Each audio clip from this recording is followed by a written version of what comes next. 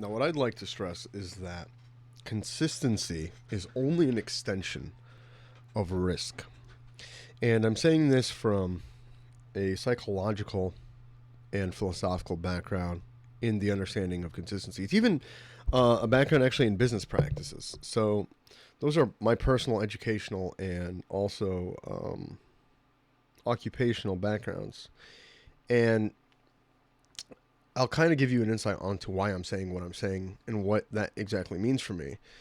When you're talking about consistency, either in a business practice or CS or anything really, you have to necessarily look at it. You don't have to, but it helps to look at it in the terms of what's causing you to be inconsistent. So a lot of people ask, why am I inconsistent, blah, blah, blah. And a lot of people have given various different explanations for it that kind of fits the micro. As you know, I like to look at the macro. I'm not making video series telling players how to get better individually or what they should do in different circumstances or how they should play different things. It's almost always the macro game that I look at, and it's almost always like team work and just general things like that, how to make things better, analysis review. But in terms of consistency, it's almost like I have to delve into the micro, but it can actually be applied to the macro as well. Because even if you're looking at a team, your team's results are going to be a matter of consistency. And consistency, again, if I'm to look at it from an intellectual standpoint or a scholarly one, is almost always tied back to an extension of the risks that you take. And what I mean by that, to be very specific, is imagine, as most academics will, risk being a percentage. So there being a percentage of risk, and it's not even just academics. It's also, in finance, if you're talking about financial advising, which I do in a consulting company, or if you look at poker, or if you look at even CS, the very analytical best CS players will even be able to sit and talk about the value of making a certain decision, and we'll be able to talk to you about the risk in taking a certain decision, and the weighted averages of what certain decisions in certain context would lead to, and how successful. If you can look at a play and determine how successful it is generally, just imagine you're doing this over and over and over and over again. How often will you get your desired result, and how often will you fail at that? And if you can really quickly calculate a percentage of that in your head, like this is a 70% play, whereas like this is a 90% play, and what you're doing here is a 20% play. So how can we apply this individually to CS? Well, I imagine if you're having issues with consistency, it goes something like, some games I'll get 30 bombs and I'll get like 28 bombs, and other games I'll get like 12 or 14, like one right after another, like it's the same mood. Or maybe, other people have touched on other reasons why you might be inconsistent, and if it is in different time periods, it probably has more to do with your preparation and your mood than anything.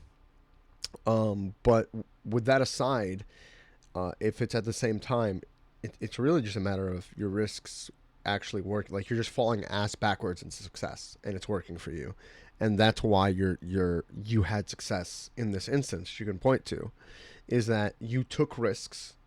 They were dumb risks, and they paid off, and you have all that to show for it. And then the next match, maybe you took the exact same risks in the exact same vein, just dumb risks again, right? Poor risks with a very low success rate, or options choices with a very low success rate, and those ones paid off, or those ones didn't pay off. Sorry, you were punished for those ones.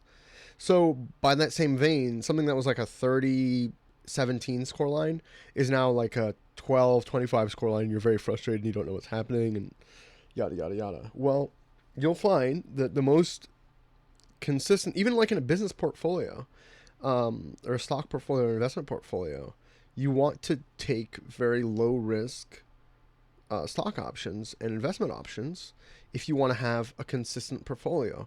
Now, if you want just kind of like somebody's just like, okay, high risk portfolio, here's 50K, make some really high risk ventures, and we'll see where it goes. Obviously that's different. And you can be this type of CS player as well, where you're like high risk, high reward, also high fail rate. But that's going to reflect on your score line. And you're going to see the exact same thing in even at the higher levels of CS, at any level of CS. The guys who you say are consistent, those are the guys who know what risks to take. Their risk management skills are very good. The Zipnixes, the Hikos, the Cutlers, the Fuglies of the world. These are the guys who understand what risks to take and what risks not to take, and understand risk management extremely well. And by that nature, if you're playing, without really being cognizant of your risks, then you're kind of just falling ass backwards into whatever action you might do or might not do, and also the consequences of that action.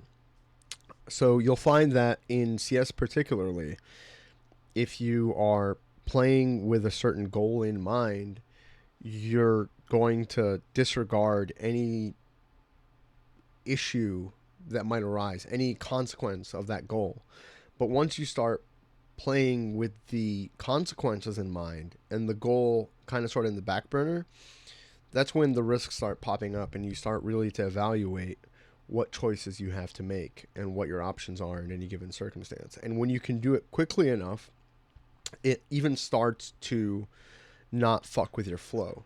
So you can do it so quickly that making these decisions become, and like being able to distinguish a high risk play that is ill advised to a moderately risky play that is your best option to a low risk play that will not allow your team to reach the goal that it wants. And you can calculate this really quickly and understand what you should do in that circumstance, is when you start to have good flow. So players start from the bottom of just either taking risks or not taking risks, and kind of being paralyzed and being hiding in a corner. And even those players, by the way, that don't take risks are actually really consistent. They're just really consistently bad. Whereas the players who take constant risks are inconsistent, but they're sometimes good, sometimes bad, sometimes really bad, like terrible. Like, wow, like 4 frags, like 30 deaths. And it's the same thing in finance. It's the same thing in poker. But once you kind of understand risk management extremely well, you come into starting to practice understanding risk management really well, really quickly.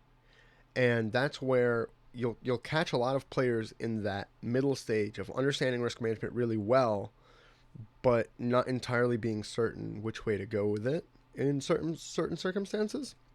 And as they get higher and higher, the circumstances change. So what becomes them being able to really understand certain situations really well, really quickly, now that they have new harder situations, they're back to their old indecisiveness.